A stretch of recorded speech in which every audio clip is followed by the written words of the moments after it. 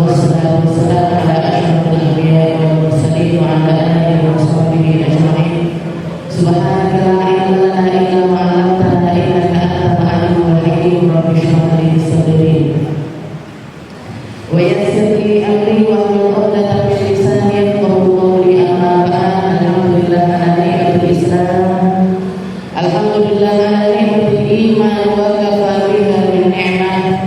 Alhamdulillah, segala puji bagi Allah Subhanahu wa Ta'ala. Di hari ini kita punya kesempatan untuk kembali menimba ilmu, mencari-cari warisannya Nabi besar Muhammad sallallahu alaihi wasallam.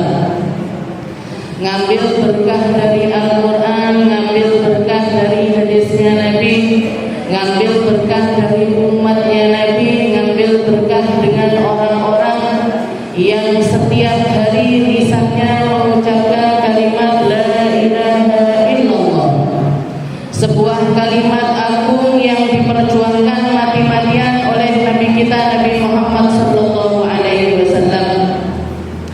Dan di kesempatan hari ini request saya kemarin juga minta kepada panjenengan semuanya untuk bacakan Yasin dan juga tahlil terkhusus untuk guru saya yang hari Rabu kemarin kabudut.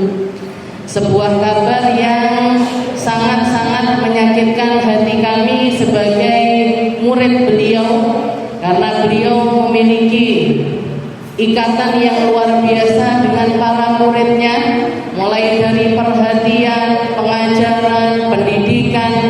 Beliau adalah ibu saya setelah ibu saya. Beliau adalah murabbiyatur ruhina. Beliau yang didik ruh-ruh kami, yang mendidik kami untuk punya kecintaan sama Nabi Muhammad sallallahu alaihi wasallam, yang mendidik kami bagaimana harusnya seorang muslimah itu memiliki akhlak, bagaimana seorang muslimah itu harusnya memiliki rasa malu, bagaimana seorang perempuan itu harusnya berkhidmah kepada suami. Itu bukan hanya beliau ajarkan secara teori, tapi diajarkan secara praktek. Perempuan yang sempurna luar biasa, dengan kecantikan yang luar biasa, tapi beliau memilih untuk menyembunyikannya. Jadi yang saya lakukan, kalau jenengan lihat saya bernikop ataupun juga bercadar, bukan karena apa-apa, tapi karena saya nirukan rasa malu yang ada pada diri guru-guru saya. Bukan berarti yang nggak cadaran nggak malu, Bu, nggih. Bukan berarti yang nggak pakai cadar itu nggak punya rasa malu. Tapi salah satu usaha untuk meningkatkan rasa tersebut adalah dengan cara menutup wajahnya. Ditambah lagi karena ini juga wasiat dari guru kami yang kami juga menginginkan untuk selalu istiqomah di dalamnya. Juga beliau sebagai seorang istri yang sangat-sangat berbakti kepada suaminya. Sedikit saya ingin cerita sama jenengan, karena banyaknya hal yang indah yang ada pada diri beliau. Sedikit, kalau kita ngomongin seorang istri, beliau istri yang gak pernah bantah apa kata suami. Sampai beliau punya prinsip bagi seorang istri itu dah usah minta, dah usah marah. Jadi gak pernah marah sama suaminya, gak pernah minta sama suami. Ada Bu yang gak pernah minta sama suami di sini? Ada yang gak pernah tengkar sama suami? Dikatakan di 25 tahun pernikahan beliau dengan Abuya Hasan gak pernah ada cekcok sama sekali. Dan salah satu rutinitasnya beliau setiap pagi itu metikin melati yang memang ditanam di depan rumahnya. Jadi melati itu dipetikin sama beliau, setelah itu nanti dimasukkan ke bawah sanggulnya. Dimasukkan ke bawah sanggulnya. Bahkan umi saya pernah beberapa kali ketemu waktu beliau masih sangat muda sekali. Bukan cuma melati ditaruh sini, enggak, dirangkai sama beliau. Jadi di kulkas itu sudah ada stok melati-melati. Kalau orang sekarang melatinya cuma dipakai waktu manten aja, beliau setiap hari gelungannya itu melati. Habis itu di rumahnya itu punya kayak sangkar ayam, tahu nggih jenengan? Kayak sangkarnya ayam seperti itu, kayak itu ditaruh di dalam rumah. Setiap setiap hari beliau nyalakan dupa, nyalakan ukup. Jadi berikat dipanaskan, arang itu dipanaskan, setelah itu ditaburi dupa, ditaruh di bawah ini kandang ayam, tapi bukan buat ayam. Jadi kandang ayam itu ditaruh di situ, nanti bajunya, kerudungnya, gamisnya, dasternya ditaruh di atasnya. Tujuannya biar apa? Biar bau dupa ini nempel ke baju. Jadi suaminya enggak pernah nyium bau dari beliau kecuali aromanya ini wangi. Enggak pernah bau berambang, enggak pernah bau bawang, opo nek mambui wa asin. Jadi seperti itu hari-hari beliau Sayyidah Khadijah itu.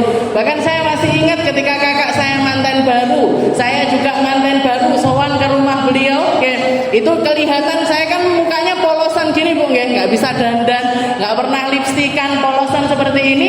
Datang ke beliau dipanggil ke kamar didandanin, dipakein lipstik, dipakein eyeshadow dan lain sebagainya. Katanya beliau kalau sudah punya suami itu ya dandan. Biar suaminya senang, biar suaminya senang. Tapi dandannya di rumah aja, jangan waktu keluar rumah. Kayak jenengan ngomong bener. Orang sekarang kan kalau keluar rumah justru malah lambine bingung. Kalau mau keluar rumah itu malah bingung.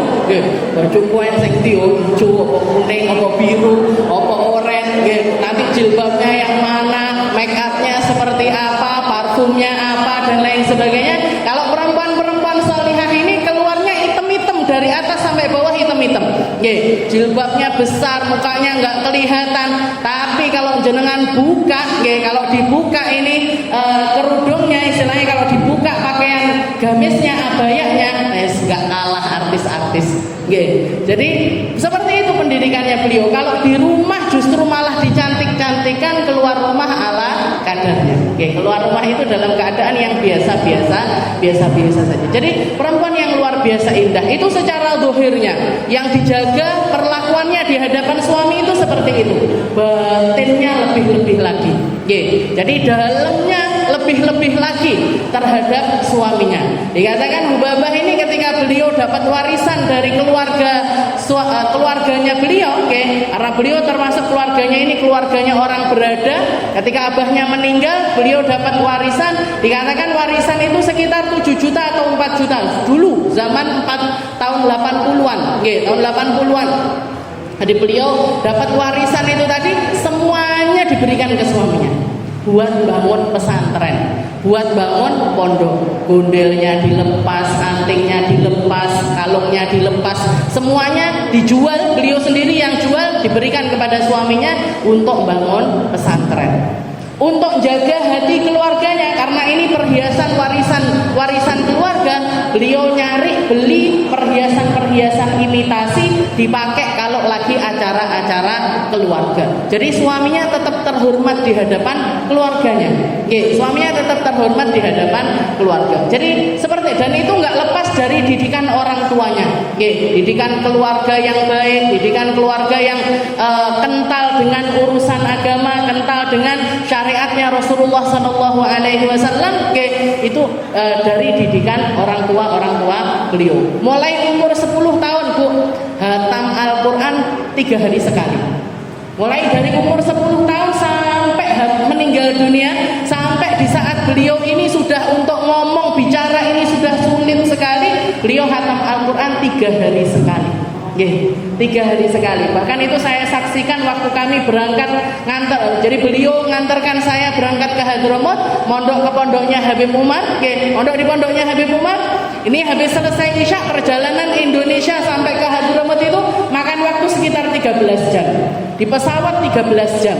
Habis itu nyampe ke Son'a, naik bis lagi sampai ke Tarim itu sekitar 10 jam. Seharian hampir 24 jam di atas kendaraan. Pikirannya begitu nyampe hotel itu cuma mau tidur. Akhirnya saya antri kamar mandi, masuk duluan. Saya masuk kamar mandi, wudu. Setelah saya Kak Enca, adiknya Ustazah Halimah Lidrus, namanya Ustazah Aisyah Lidrus. Beliau wudu juga, niatnya mau sholat jamaahan maghrib isya, habis itu tidur. Kita udah pakai mukena mau sholat, dipanggil sama Hubabah. Ada yang punya wudu apa belum? Kita ngaco. Saya udah Kak Meli, saya sama Kak Inca udah wudu. Ya sudah, nemenin Hubabah sholat maghrib isya di kamarnya. Sekalian sama tarawih. Sekalian sama tarawih. Udah kita sholat. Pikirannya kalau orang sudah capek paling 4 salam selesai. Atau istilahnya pokoknya pikirannya tidur, istirahat. Karena saking capeknya badan. Ternyata beliau ketika kita masuk, kayak katanya sudah qobliyah apa belum? Belum, Hubabah. Qobliyah. Sholat qobliyah. Habis itu sholat maghrib. Habis itu sholat isya. Habis itu ba'diyah. Habis itu wirid. Habis itu doa. Habis itu taraweh 4 bablas, 6 bablas, 8 bablas, 10 bablas. Wirid lagi, doa lagi, witir, habis itu witir, habis witir doa lagi, zikir lagi. Jadi di hati ini beliau sempat beberapa kali itu nengok ke kita. Kalau capek balik aja ke kamar. Kalau capek balik aja ke kamar. Pikirannya kita umur saya waktu itu mungkin umurnya 17-18 tahun. Yang 17 tahun masa kalah yang umurnya 50 tahun. Akhirnya kita selesaikan sampai selesai. Begitu selesai, sudah wiridnya sudah selesai, doanya beliau sudah selesai, kita pamitan balik ke kamar. Ini kamarnya santri ini ada mungkin sekitar 6 orang 7 orang, Bu. Wes ndak enek sing sadar kabeh. Ngorok-ngorok semuanya. Ngorok-ngorok semuanya. Setelah itu paginya saya ngobrol sama Ustazah Meli, yang asistennya beliau ini. Katanya beliau, ya Allah, kita kan ngomong, Kak Meli, kuat betul Ustazah itu sholat, kuat betul beliau itu ibadah, kuat betul beliau. Katanya Kak Meli, kamu kira setelah kamu pulang itu Ustazah sudah selesai wiridannya? Enggak, beliau masih menyelesaikan 10 juznya yang belum selesai untuk hari itu. Karena beliau khatam Al-Quran 3 hari sekali, berarti sehari kan 10 juz. Ini ibadahnya Ustazah Khadijah. Makanya ketika kita baca Yasin, ketika kita baca tahlil, untuk orang-orang yang semacam ini, Bu, yang beruntung bukan beliaunya, yang beruntung kita. Kalau jenengan datang ke hall-hallnya para ulama, kalau jenengan datang ke hall-hallnya para alim, ke tempatnya kiai, ke tempatnya habaib, tempat-tempat yang di situ memang dihauli seseorang yang ibadahnya ini sudah terbukti di sisi Allah Ta'ala, tempatnya ini sudah terbukti di sisi Allah Ta'ala. Jenengan datang hall Ampel, jenengan datang ke hall Sunan-Sunan, jenengan datang ke hall-hallnya para ulama, itu yang beruntung panjenengan. Yang beruntung adalah kita. Karena kalau orang-orang itu tempatnya sudah pasti, jariahnya banyak, muridnya banyak, ilmu yang ditinggalkan banyak, ibadahnya banyak. Orang butuh ndak ngenteni tahlilnya kita, ndak nunggu yasinnya kita, mereka sudah di tempat yang mulia. Tapi yang perlu dapat sambungan sama orang-orang semacam ini kita. Makanya yang semangat, kalau misalkan An-Najah bisa mewadahi, datang ke hall-hall yang ada di sekitaran Tulungagung, pondok-pondok pesantren yang ada di sekitaran sini. Ini hari Ahad nanti ada hall besar di dekatnya alun-alun, hallnya Yai Mustaqim, abahnya Yai Jalil, Pondok Peta. Kalau jenengan bisa hadir. Jangan sampai orang dari jauh pada datang, orang-orang dari jauh-jauh, dari Panjalu itu 10 bis, dari sini 5 bis, 6 bis dan lain sebagainya.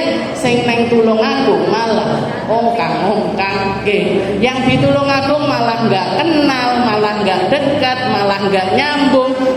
Jangan sampai.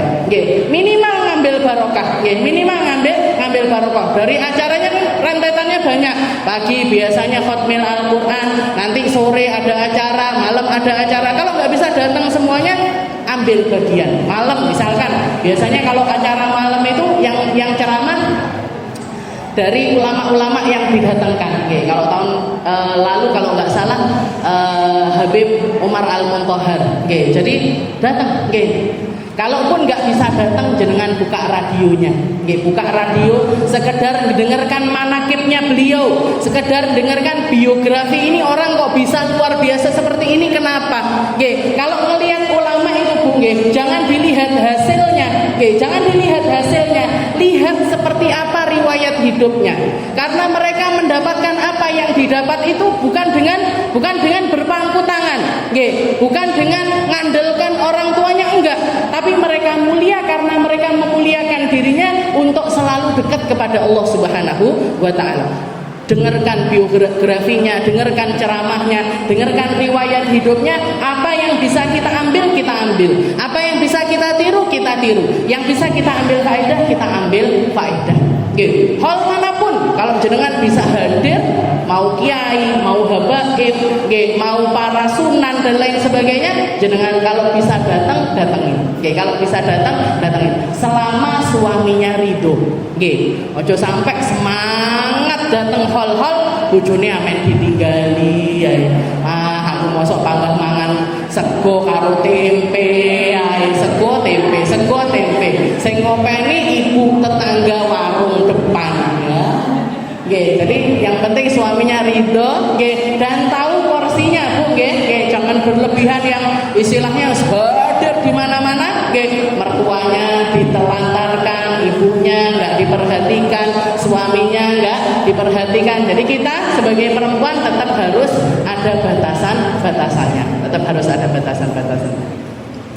Kita lanjutkan pembahasan kita, masih di dalam tafsir surat An-Nur, surat An-Nur, ila an qala Allah Ta'ala fi kitabihil aziz, a'udzu billahi minasyaitonir rajim, ayat ke-33, tapi sampai ayat di mana Allah Ta'ala mengatakan wala tukrihu fatayatikum 'alal bigha in aradna tahassunan litabtaghu 'aradal hayatid dunya wa may yukrihunna fa innallaha min ba'di ikrahihinna ghafurur rahim wa laqad anzalna ilaikum ayatin mubayyinat wa mathalan minal ladzina khalau min qablikum wa mau'izatan lil muttaqin. Ayat 33 akhir dan ayat ke-34.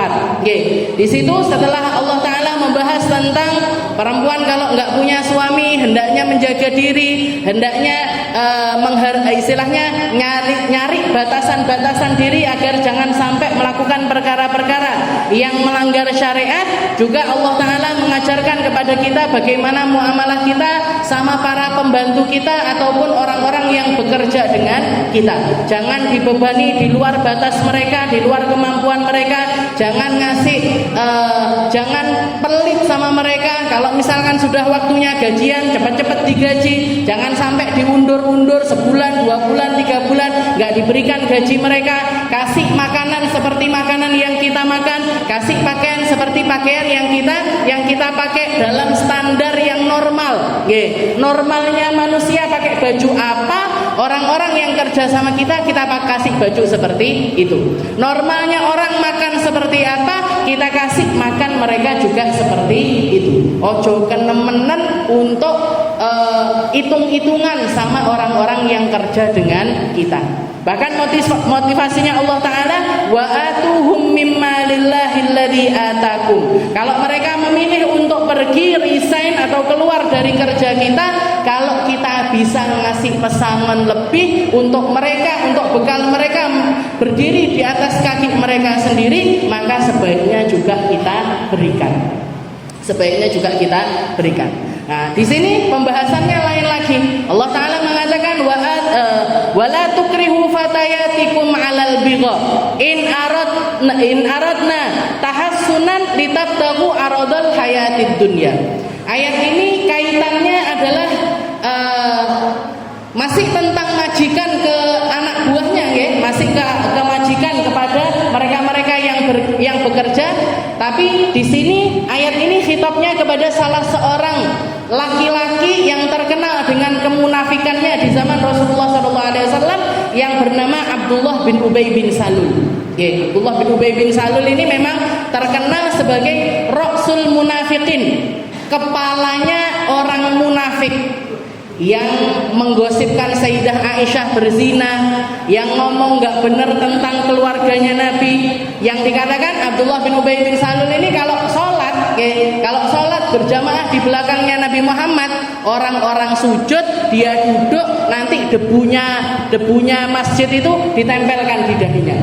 Jadi begitu selesai naik dari sujudnya podo, baduke kena debu semua, dia juga baduknya kena debu. Tapi baduk ini apa bahasa Indonesia? Dahinya ini tapi nggak nempel ke atas tanah. Kalau sahabat yang lain berdebunya karena dahinya nempel ke atas tanah, Abdullah bin Ubay bin Salul nggak mau, gengsi dia untuk sujud. Jadi alah podo ae, ditempelin sama dia. Nah, jadi kelihatannya di depan Nabi kayak orang beriman. Nabi ikut perang, tapi menghasut orang-orang.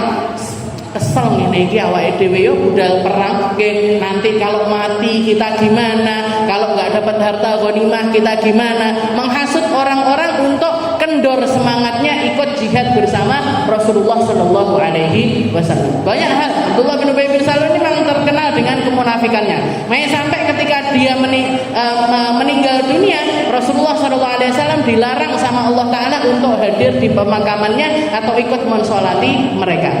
Mensolati Abdullah bin Ubay bin wala taqum ala qabrih, katanya Allah Taala, jangan berdiri di atas makamnya dia, karena dia kelihatannya orang Islam tapi di dalam dirinya penuh dengan kemunafikan.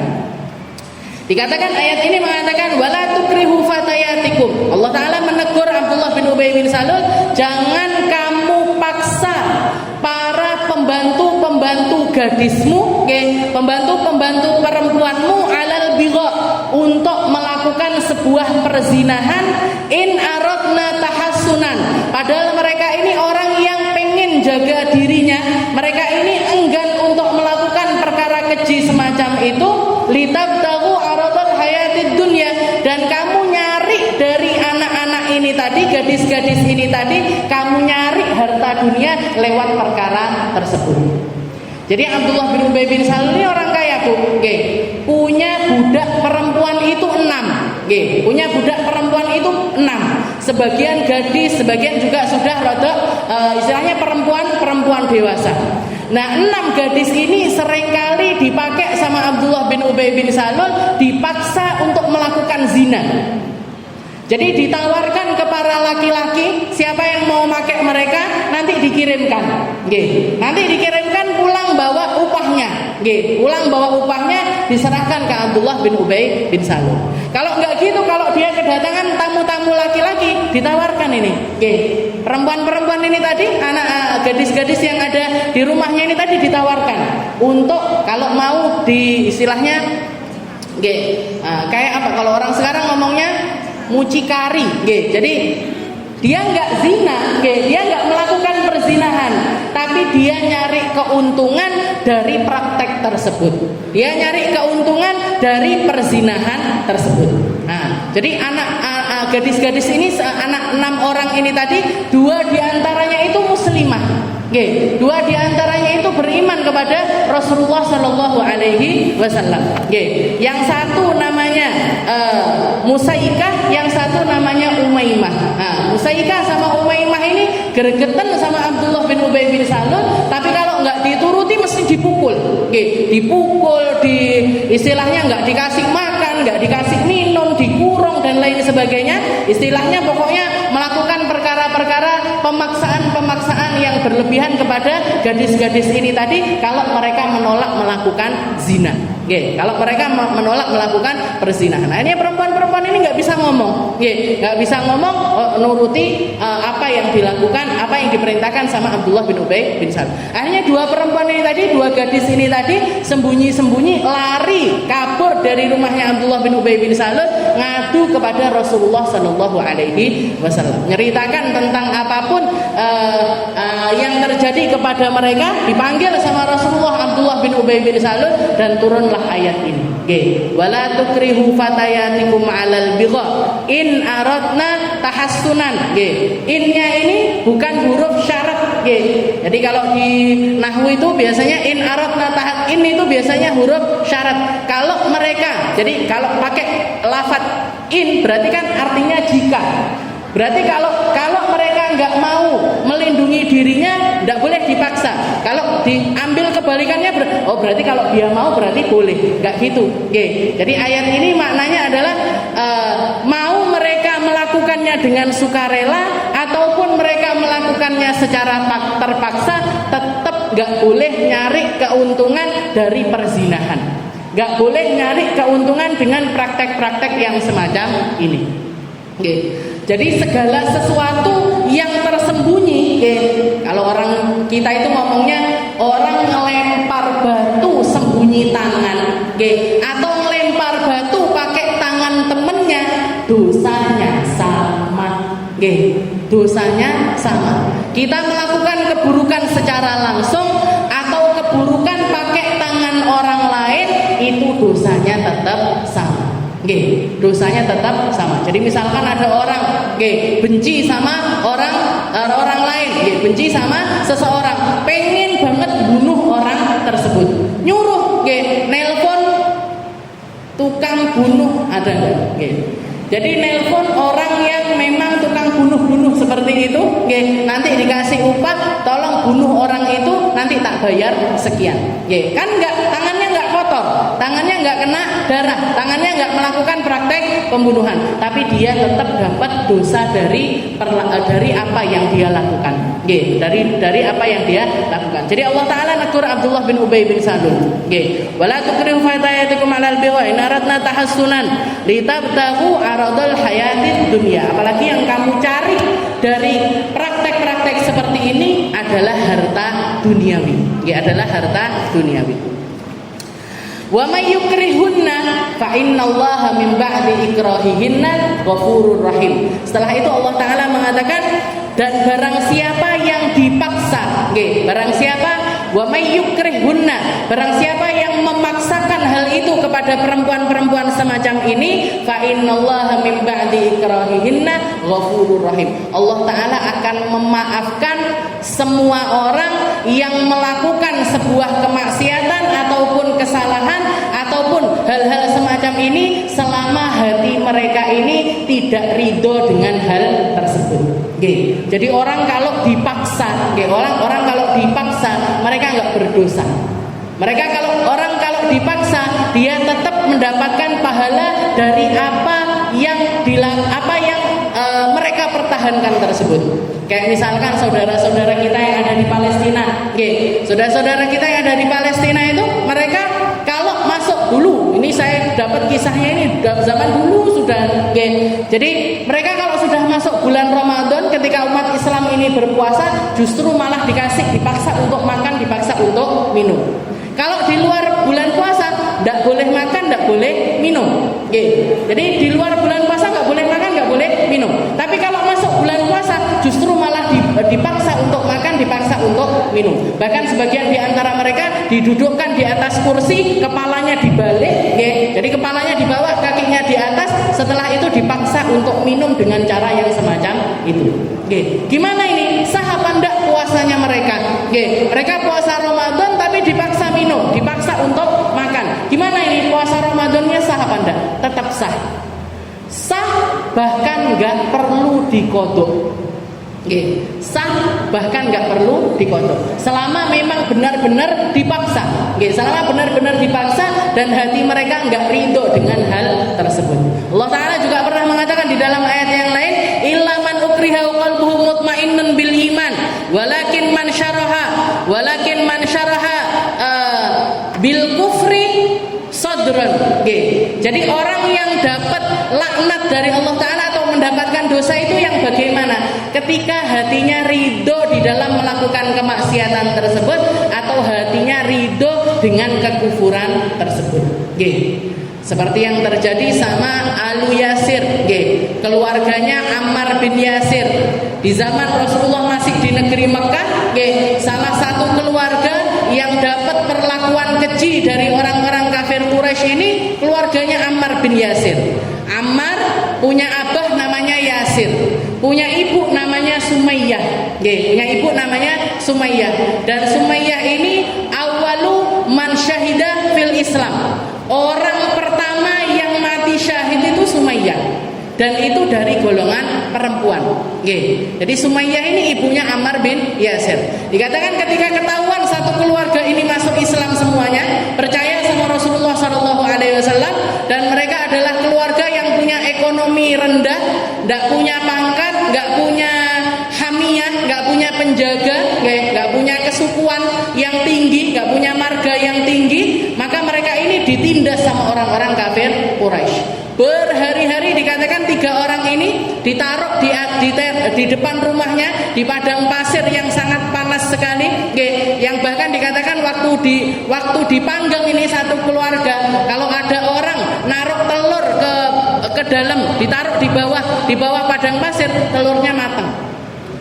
Saking panasnya cuaca di Mekah saat itu. Sama ketika waktu Sayyidina Bilal juga diperlakukan semacam itu. Ammar bin Yasir diperlakukan. Jadi kalau Yasir sama Ammar, abah sama anak ini tadi ditaruh di atas tiang, diikat. Nggak boleh makan, nggak boleh minum, dipecut, dipukul, ditendang dan lain sebagainya. Sedangkan ibunya Ammar bin Yasir, Sumayyah ini tadi, karena dia dalam keadaan hamil besar, dia terlentangkan di atas tanah, kedua tangannya sama kedua kakinya ini diikat.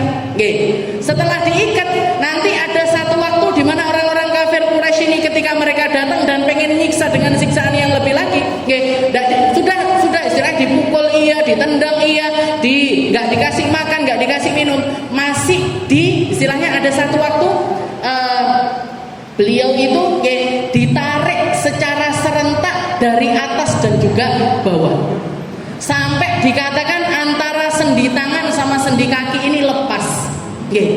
Jadi saking kuatnya narik orang-orang laki ini tadi, orang-orang kafir Quraisy ini narik sampai sendi tangan sama sendi kaki itu terlepas dari tempatnya dalam keadaan hamil besar. Sampai dikatakan sehari, 2 hari, 3 hari, dan Rasulullah SAW setiap kali lewat tempatnya mereka untuk melihat kondisinya orang-orang kafir ini, tapi nggak mampu untuk menyelamatkan, nggak mampu untuk melepaskan karena dijaga sama orang-orang kafir Quraisy. Maka Rasulullah selalu mendoakan mereka dengan mengatakan, sabrun alu Yasir fa inna mau'idakumul jannah. Sabarlah wahai keluarga Yasir, karena tempat kembali kalian, tempat yang dijanjikan untuk kalian oleh Allah Ta'ala adalah di dalam surganya. Adalah di dalam surganya. Sampai dikatakan setelah beberapa hari diperlakukan seperti itu, datang Abu Jahal. Jadi gantian orang kafir Quraisy itu, Abu Sufyan nanti menyiksa, nanti Abu Jahal nyiksa, nanti ini nyiksa. Katakan Abu Jahal yang paling parah di dalam penyiksaan, dia datang kepada Sumayyah, dipaksa untuk murtad, dipaksa untuk keluar dari agama Islam. Maka sama Sumayyah ini justru malah diludahin. Mukanya Abu Jahal ini diludahin. Abu Jahalnya marah, langsung ngambil tongkat, langsung ngambil tombak, ditusuk bagian bawah perutnya Sumayyah, nembus sampai punggungnya. Mati ibu seanaknya seketika. Mati ibu seanaknya waktu itu juga. Itu Sumayyah. Perempuan pertama yang mati dalam keadaan syahid. Bahkan orang pertama yang mati syahid di dalam agama Islam ini adalah ibunya Ammar bin Yasir. Gak lama setelah itu abahnya Yasir gak kuat dengan penderitaan yang semacam itu, meninggal juga. Tapi di akhir lafaz yang keluar terakhir dari lisannya, la ilaha illallah, la ilaha illallah. Sedangkan Ammarnya, putranya, karena disiksa dengan penyiksaan yang luar biasa, nanti besi dipanaskan, ditempelkan di kepalanya, nanti dicambuk, nanti ditendang, di ini dan lain sebagainya. Ada saat-saat di mana Ammar ini nggak sadar, setengah pingsan, setengah sadar, setengah pingsan, setengah sadar. Ketika dalam keadaan seperti itu, orang-orang kafir ini ngomong, ayo murtad kamu, keluar dari agamanya Muhammad, salahi, omongkan yang nggak baik tentang Muhammad. Ditirukan sama Ammar bin Yasir. Ketika Ammar nirukan apa yang dikatakan sama orang-orang kafir Quraisy, akhirnya dilepaskan. Jadi dianggapnya sudah murtad orang ini, dilepas.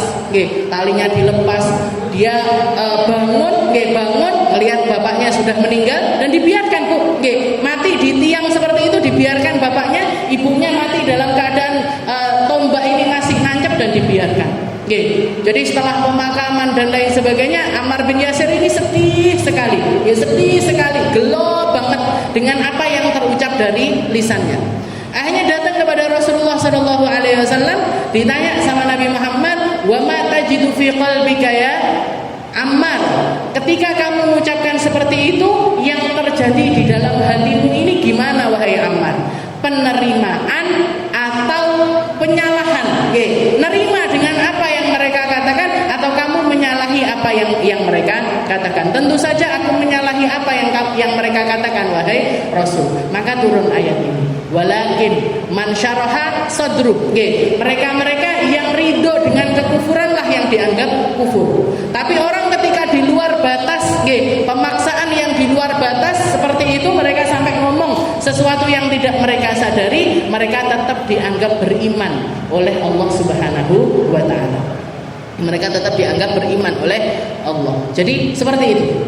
Jadi kalau misalkan masalah akidah ataupun juga masalah perkara-perkara amaliyah, selama kita melakukan hal-hal yang melanggar aturan syariat dengan pemaksaan dari orang lain, maka di situ nggak ada dosanya.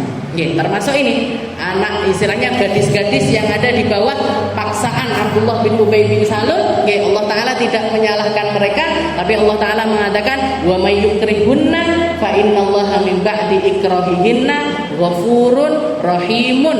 Allah Ta'ala memaafkan mereka, Allah Ta'ala mengampuni mereka, Allah Ta'ala menyayangi orang-orang yang semacam itu. Dan setelah itu Allah Ta'ala mengatakan walaqad anzalna ilaikum ayatin mubayyinat. Bukankah Allah Ta'ala telah menurunkan kepada kalian ini berbagai macam ayat yang jelas, wa mathalan minal ladzina khalau min qablikum, dan juga contoh-contoh dari orang-orang sebelum kalian, wa mau'idatan lil muttaqin, dan juga nasihat-nasihat bagi orang-orang yang bertakwa. Apa enggak cukup ayat Al-Quran sudah diturunkan, contoh-contoh dari para nabi, dari para rasul, dari orang-orang soleh ataupun solihah yang ada di sekitaran kita ataupun orang-orang terdahulu? Apa enggak cukup mereka-mereka ini untuk menjadi bagian dari nasihat-nasihat untuk diri kita? Wa mau'idatan lil muttaqin. Jadikan itu semuanya bahan pembelajaran. Makanya saya katakan, kalau kita melihat di TV itu, Bu, penyanyi-penyanyi itu kan selalu ada regana. Jadi penyanyi tua nyari penyanyi baru, ada idol lah, ada inilah, ada ini, dinaikkan lagi, penyanyi baru. Maka di dalam Islam pun seperti itu. Di dalam Islam pun seperti itu. Ulama itu akan selalu ada. Orang saleh itu selalu ada. Bahkan sebagian ulama mengatakan ad-dunya la yakhlu minas sholihin. Dunia ini enggak pernah kosong, enggak pernah dikosongkan dari orang baik, enggak pernah dikosongkan dari orang-orang yang solih serta solihah. Tinggal kitanya aja, mau gabung ke mereka, mau mendekat kepada mereka, mau mencontoh mereka, mau menjadi bagian hidup bersama-sama dengan orang-orang tersebut atau tidak. Makanya saya katakan, kenapa sih di sana hall, di sana hall, di sana hall, di sini pondok pesantren, di sini pondok pesantren, di sini pondok pesantren, sini majelis, sini majelis, sini majelis. Apa enggak cukup satu majelis? Enggak cukup, Bu. Apa enggak cukup satu pesantren? Enggak cukup. Apa enggak cukup 1-2 ulama? Enggak cukup. Kita butuh banyak ulama, kita butuh banyak pesantren, kita butuh banyak orang-orang soleh untuk selalu menghidupkan tempat-tempat tersebut dengan cahayanya Nabi Muhammad Sallallahu Alaihi Wasallam. Dengan cahayanya Nabi, dengan warisannya Nabi, dengan apa yang didatangkan oleh Rasulullah Sallallahu Alaihi Wasallam. Dukung semuanya, ndak usah eren-erenan, ndak usah sikut-sikutan. Aku condongku ke Rono tok, aku condongku Rono tok, saya maunya ke sana tok, saya maunya ke sana tok. Jangan, itu yang rugi kita, itu yang rugi kita. Dukung semuanya, kalau bisa ikut semuanya, ikut semuanya. Bahkan ketika kita nggak mampu hadir, kayak misalkan saya itu dari kecil nggak pernah hadir hall Gresik, nggak pernah hadir hall Solo, nggak pernah hadir hall Ampel. Padahal itu termasuk rutinan yang orang-orang kampung dalam ini mesti datang ke sana. Yang isi di Ampel itu hadrohnya Al-Muhibbin Tulungagung, yang isi di Gresik itu Al-Muhibbin Tulungagung. Tapi saya nggak pernah diajak sama Abi, nggak pernah diajak sama abah saya, karena pikirannya beliau di sana itu mesti campur aduk laki perempuan mendingan nggak hadir. Terus gimana ini biar tetap bisa dapat pahala pahalanya, hadirkan hati kita bersama mereka.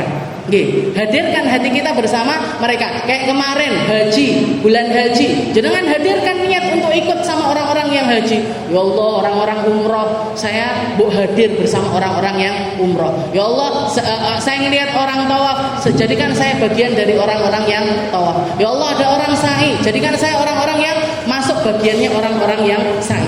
Jasad kita di sini, tapi hati kita terbang kemana-mana. Terbang ke tempatnya orang-orang baik, terbang ke tempatnya orang-orang soleh, terbang ke tempat-tempat yang di situ ada cahayanya Rasulullah Sallallahu Alaihi Wasallam. Mungkin kita semuanya dikasih sama Allah Taala hati yang indah, hati yang tulus, hati yang serius di dalam menjalankan syariat, hati yang serius di dalam mencintai orang-orang soleh, hati yang serius di dalam menirukan kelakuan ataupun akhlak-akhlak dari orang-orang mulia di sisi Allah Taala, fid dini wad dunia wal akhirah. Di dalam dari segi agama, dari segi duniawi, dari segi ukhrawi, kita ngikut, kita nyambung, kita ngikatkan hati kita dengan orang-orang mulia di sisi Allah Subhanahu wa taala. Dan semoga Allah Taala memberkahi kita, manjangkan umur kita, menyehatkan kita, ngasih kita langkah untuk melangkah di tempat-tempat yang baik, ngasih kita pikiran dengan pikiran-pikiran yang baik, ngasih mata, telinga, kaki, semua bertertaut dengan perkara-perkara yang